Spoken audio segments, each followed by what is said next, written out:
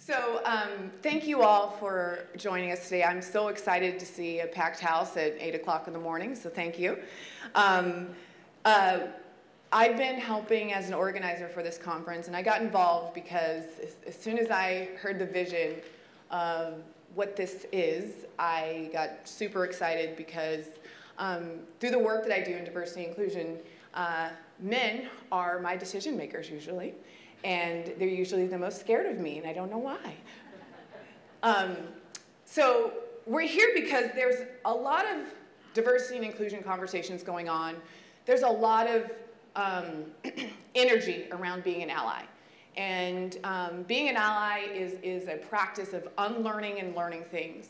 And part of that experience is really hearing stories. There's tons of data out there. You all could Google data on inequity, on inclusion, and we look at it and we go back to doing what we normally do because it's hard to understand it and unpack it. So part of what research tells us is that stories are important. Hearing how someone is actually impacted by something that we may not be aware of or that we don't even understand. I may be an African-American woman, but I may not understand other perspectives. And as I go to events and I speak at events, there's power in stories. So we created this to kind of kick off the conference to really give some context to what we'll be going through throughout the day and provide an understanding of how people experience life within their skin, within their marginalized status, and how it is to be within a homogeneous work environment. So we're going to have 4 people come up. I will introduce them, but I want you to keep something in mind. We will have a Q&A after each one of them goes. They will each speak for 8 minutes each, and then we'll have a Q&A at the end. So I encourage you to take notes as we go along, so when we do open it up for questions, you'll be able to remember the poignant question you wanted to ask the particular person that you were, had a question about. So we will begin. So I will go ahead and introduce Carin Taylor, who is the head of diversity and inclusion at Genentech first.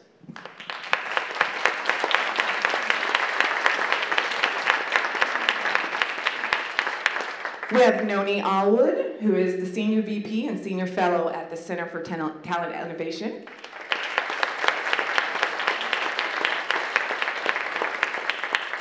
Joe Vasquez, the co-director at Runway Incubator.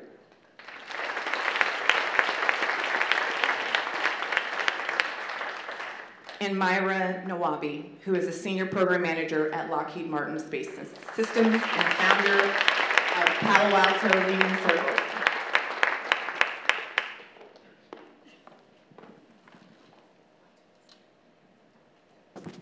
So we'll go ahead and get started. We'll get started with Carin, since you're there at the front, and go ahead and proceed. Great, thank you. Good morning, everyone. It's nice to actually be here at the conference. And as Sumayyah said, my name is Carin Taylor, and I'm the head of diversity, inclusion, and innovation at Genentech. Genentech is a member of the Roche family, and at the end of the day, we're in business to really save lives. So if you know anything about Genentech, through science, we make medicines for unmet medical needs. And being in that field, it's important that we hear the voice of every employee. And so the job that I do and the job that we do around the company is extremely important.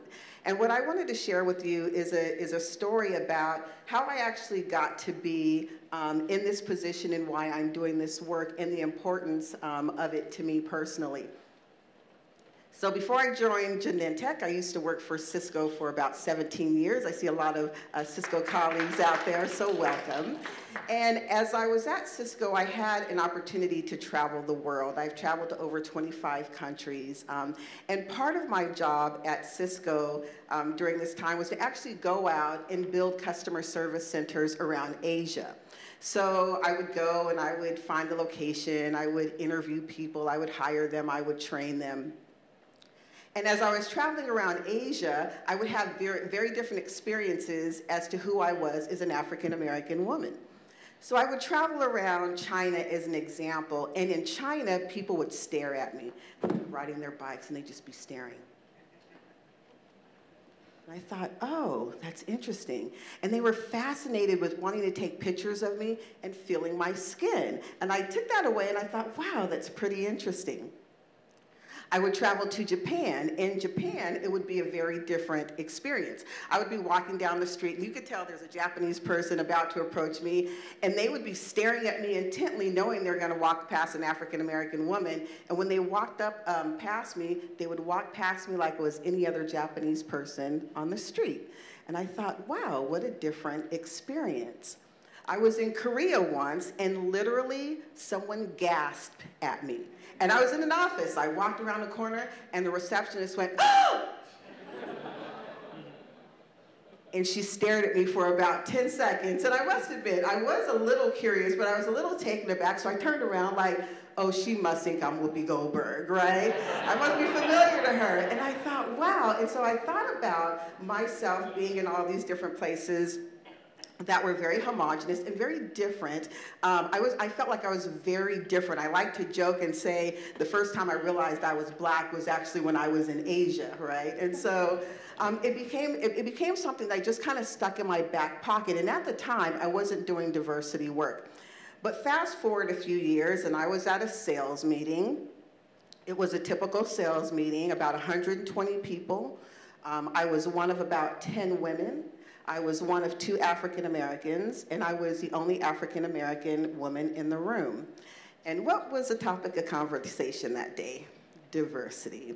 And so I remembered sitting in the very front row, and there was a very handsome white executive in front of the room talking about diversity. And I remembered sitting in the front row, steam literally coming out of my ears.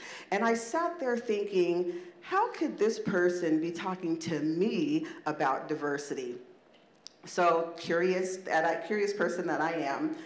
And while I was sitting there, I could not receive a word this person was saying. I did not hear him. I had that visceral reaction to say, there's something wrong with this conversation. And so during a break, I went up to him, and his name was Mike, and I said, Mike, I'm really sorry, but I can't receive your message. I really cannot receive anything that you're saying. And he said, why? And I said, because of what you look like. And he said, I'm gay. And it was the first time that unconscious bias hit me upside the head so very hard that it was at that exact moment that I said to myself, I will never, ever, ever make a person feel like that again. And so for me, curiosity about myself, but more importantly, my curiosity about other people. And the story with Mike that was so interesting is I went home that night and I couldn't figure out why seeing him up on stage had bothered me so much. And so I remembered having dinner that night, and all of a sudden during a bite of food, I just broke down and started crying. And then I realized why. I realized that what I had done to Mike, people had been doing to me my entire life.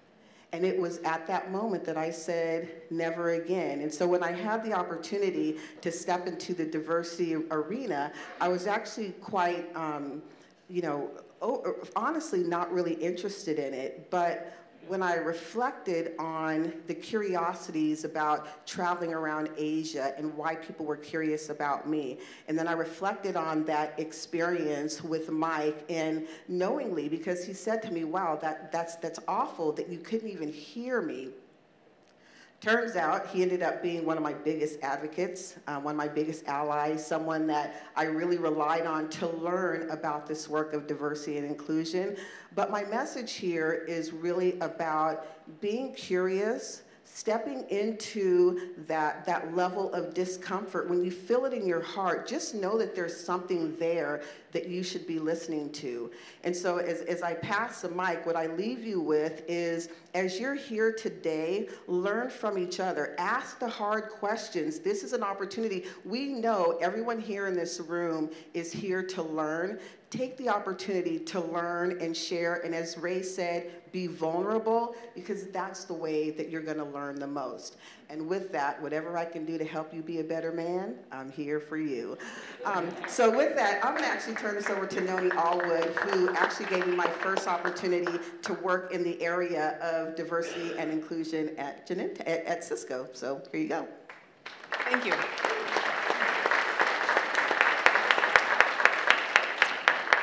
Well, thank you and good morning, everyone. You know, the moment I set foot in engineering school in El Salvador, I knew that I was always going to be in the minority.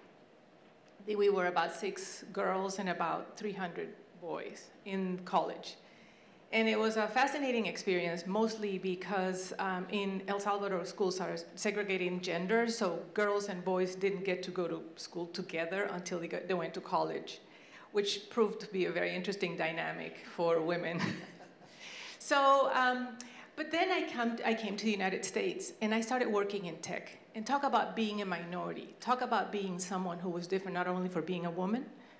I'm Latina in the tech sector. And ever since I started working here, I knew that there was a lot of judgment around who Latinos were.